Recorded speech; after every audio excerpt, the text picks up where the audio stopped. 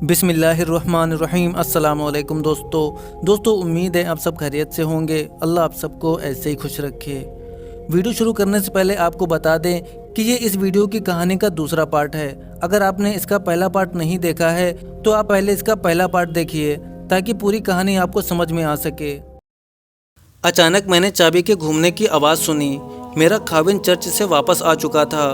मैंने जल्दी से कुरान मजीद छुपाया और होठों पर मुस्कुराहट सजाए अपने खाविन की तरफ चल पड़ी।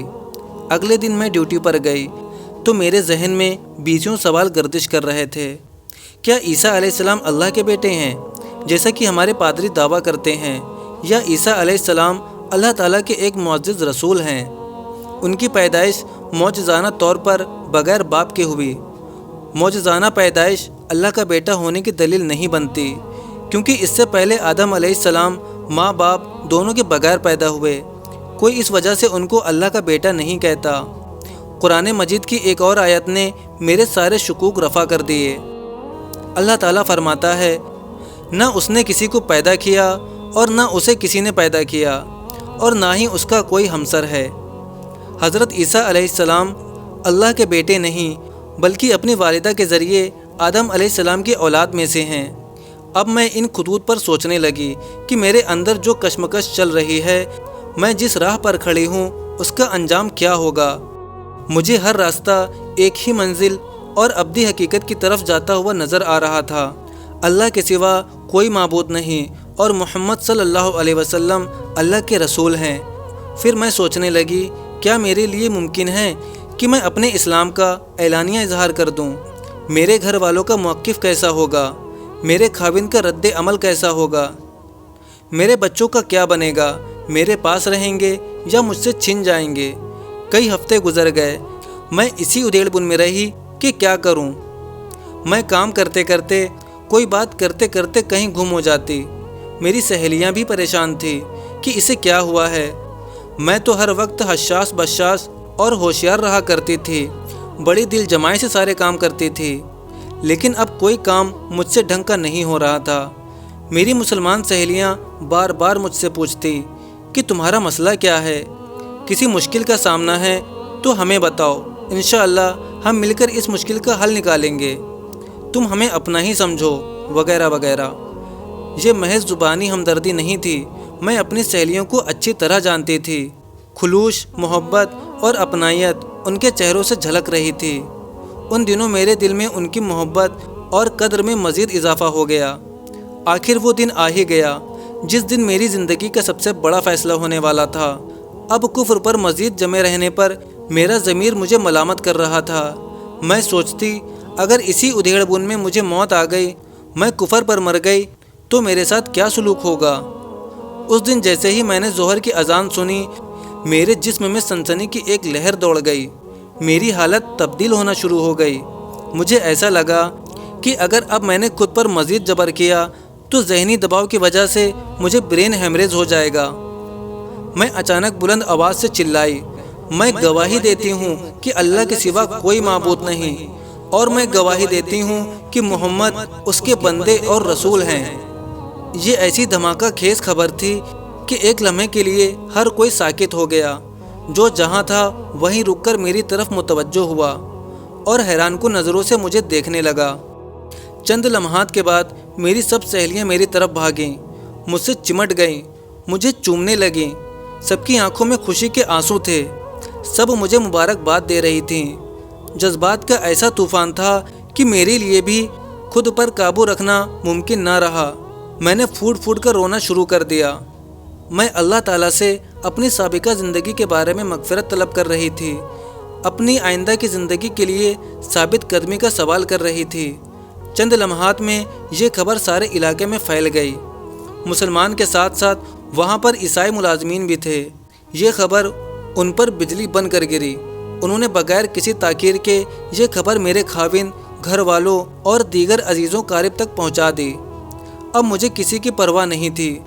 मैं सीधी यहाँ से मुतल्लिका महकमे के दफ्तर में गई और मुसलमान होने का बाकायदा ऐलान किया और सर्टिफिकेट हासिल किया। उसके बाद मैं अपने घर की तरफ लौटी। घर पर एक हंगामा बरपा था। میرے اسلام لانے کی خبر ملتے ہی میرے خاوند نے اپنے رشتہ داروں کو اکٹھا کر لیا۔ انہوں نے میرے سارے کپڑے جلا دیے، زیورات اور جواہرات پر قبضہ کر لیا، سارے گھریلو ساز و سامان کو بھی قبضے میں لے لیا۔ میں اب ان چیزوں سے بلند ہو چکی تھی، مجھے ساز و سامان اور زیورات کی کوئی پرواہ نہیں تھی۔ میرے لیے سب سے زیادہ اذیت ناک بات یہ تھی کہ انہوں نے میرے بچے بھی چھین لیے تھے۔ میں اپنے بچوں کی جدائی میں تڑپ رہی تھی، مجھے ایک پل بھی چین نہیں تھا۔ میرے بچوں نے بھی رو رو کر برا حال کر لیا تھا۔ ان کی ایک ہی ضد تھی کہ مما کے پاس جانا ہے۔ میرے لیے سب سے تکلیف دہ بات یہ تھی کہ کہیں ایسا نہ ہو کہ میرا خاوند میرے بچوں کو عیسائی بنا دے۔ مجھے خدشہ تھا کہ وہ انہیں کسی چرچ کی کفالت میں دے دے گا جہاں مذہبی تعصب کوٹ کوٹ کر بھر دیا جائے گا، پھر وہ میری بات بھی سننے کے لیے تیار نہیں ہوں گے۔ پادری صاحبان دن رات ان کی برین واشنگ کریں گے، وہ ان کے دماغ میں والدہ سے نفرت بھرنے کی کوشش کریں گے۔ اب میں یہ سب باتوں کو بھول کر اللہ تعالیٰ سے یہ التجا کر رہی تھی کہ کسی طرح میرے بچے مجھے مل جائیں۔ جلد ہی اللہ تعالیٰ نے میری دعا قبول کر لی۔ کئی مسلمانوں نے اس سلسلے میں میری مدد کی۔ میں نے بچوں کی حوالگی کے لیے کیس دائر کیا۔ عدالت نے میرے سابقہ شوہر کو طلب کیا اور اسے پہلے ہی یہ آپشن دیا کہ تمہاری بیوی مسلمان ہو چکی ہے، تم عیسائی رہتے ہوئے اس کے شوہر نہیں رہ سکتے، اگر تم اس کے ساتھ رہنا چاہتے ہو تو مسلمان ہو جاؤ۔ اس نے انتہائی متکبرانہ انداز سے اسلام قبول کرنے کا آئیڈیا مسترد کر دیا۔ بچے چونکہ ابھی نابالغ تھے اس لیے میرے حوالے کر دیے گئے۔ میری مشکلات ابھی ختم نہیں ہوئی تھی، بلکہ یوں کہنا چاہیے کہ سب سے مشکل اور نازک مرحلہ اب شروع ہوا تھا۔ میرے خاوند اور اس کے خاندان نے میرے خلاف پروپیگنڈا کرنا شروع کر دیا۔ مجھے اندازہ نہیں تھا کہ وہ اس حد تک گر جائیں گے۔ انہوں نے مجھ پر بہت سے اخلاقی الزامات بھی لگائے، لیکن اللہ کا شکر ہے کہ عیسائی کمیونٹی کے علاوہ کوئی ان کی بات ماننے کے لیے تیار ہی نہیں تھا۔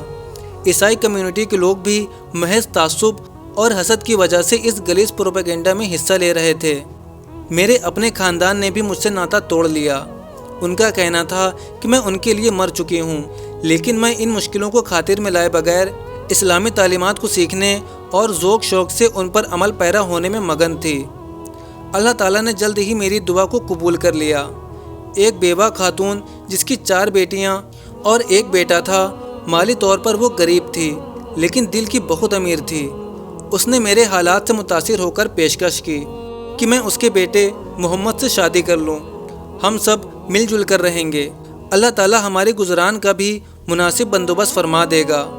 اب میں اپنے خاوند محمد اور اس کی فیملی کے ساتھ انتہائی مطمئن زندگی گزار رہی ہوں۔ اللہ تعالیٰ نے ہمیں قناعت کی دولت سے مالا مال کر رکھا ہے۔ دعا ہے کہ اللہ تعالیٰ ہمیں اسلام کی دولت کی قدر کرنے اور اس پر عمل پیرا ہونے کی توفیق عطا فرمائے۔ آمین ثم آمین۔